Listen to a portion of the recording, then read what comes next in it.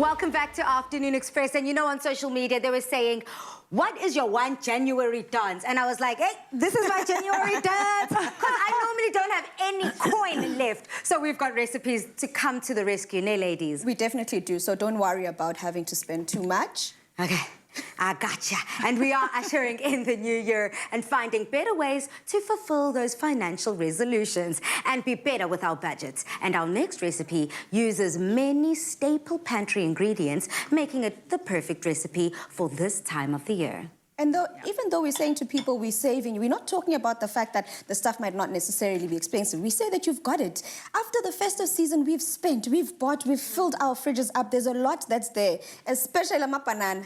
Yep. Oh my gosh. Bananas are just with freckles and a beautiful banana perfume.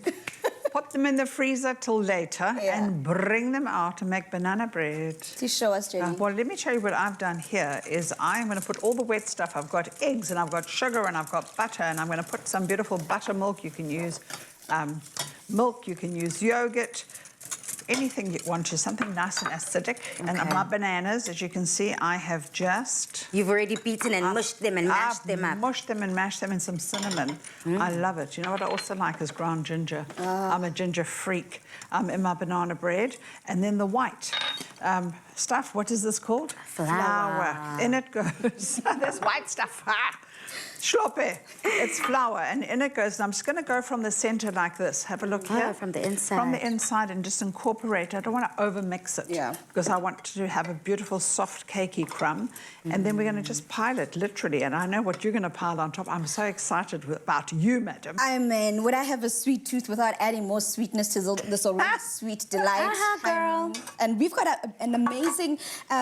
let's call it a caramel icing. Let's go right on top of your banana loaf. And we were talking about how a banana is trending, right? Well, not trending, but it trended so much in 2020, guys. Everybody and their mother were making a banana loaf. So we decided, let's make the same thing, maybe bring back the trend, but just add a bit of flavor to it. So to this, I've got some butter that I've added into my pan. I'm going in with my 2 brown sugars. I've got the light brown and I've got some dark brown sugar. So you might have some trickled sugar in your house that also works perfectly well. And the reason we've chosen that is because we want that nice dark color for our icing. So I'm going to let these babies just dissolve a bit and get to cook to that caramel color, and then I'm going to add the rest of our ingredients. Okay. And you know what? Everyone thinks caramel is so difficult to make. You can open a can, but I mean, you've just got me going again. I wish you hadn't.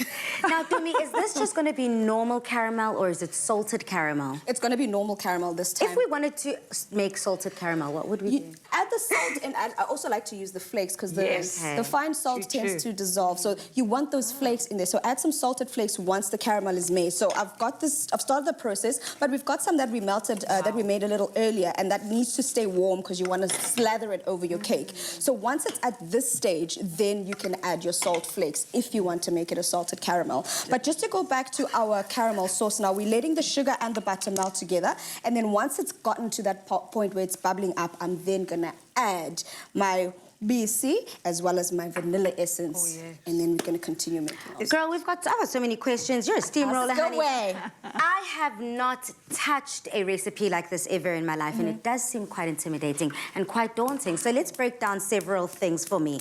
Number one, how do we balance the sweetness in our caramel sauce? You've spoken about, number one, you're adding 2 different brown sugars. So already for me, that screams sweetness. I'm a bit confused as to how do we ensure. A little bit of salt just takes the edge off, huh? And if we're making like this, because if you look at ours, it's a very, it's a caramelly type of sauce. But if you want to lighten it up, whip up some cream. While this is still there, then whip it, fold it into your icing, because then that also dilutes it a little bit and makes it less sweet, if that's something that you want to do. But also, we're still early in the year, so you can still, you know, play a bit and add the sweetness to your belly, because we will start with those. I've got sensitive teeth, South Africa. For me, my teeth will cry out, honey, whether I'm indulging or whether I'm holding back. It definitely is just that. So it's very, very essential for someone like me to know how to play with recipes like this. Another thing that we keep coming up in the theme of the show is what makes this so friendly for this time of year? because of the ingredients that you have. I'd like to think every one of us right now still have these ingredients at home. Okay. So you've got this in your pantry. You don't have to go out and get the stuff. Versus now you're thinking, Nkosiyama, I need to go buy milk. You've got milk in your house. You've probably got some leftover bananas. You've got some sugar in your house. So you don't need a lot of those stuff. Flour you've got for those bakes that you were doing over the festive season. So all those ingredients are technically still in your house. So all you need to do is just whip up a beautiful delight. I've just added my milk into this mixture as well as some vanilla essence. And I'm just adding some confectioner's sugar or icing sugar.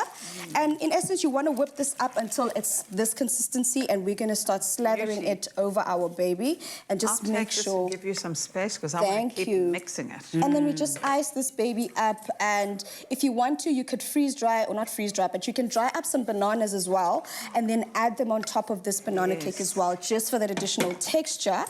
And then Decorate, girl, decorate, decorate, decorate. I can only imagine, oh, auntie, oh, gogo, ekaya, at the end of church on a Sunday. Oh, yes. You know, at Esontweni, when the unexpected guests come through after church with some tea, coffees, very, very delicious to enjoy. You know, I would have that with a big blob of mascarpone on top of it, or cream, and that will just make all that sweetness. I can see why you called the giggling gourmet. Now, with that sweet start to the year, all that's left for you to do is to head over to afternoonexpress.co.za to get the full recipe and ingredients list.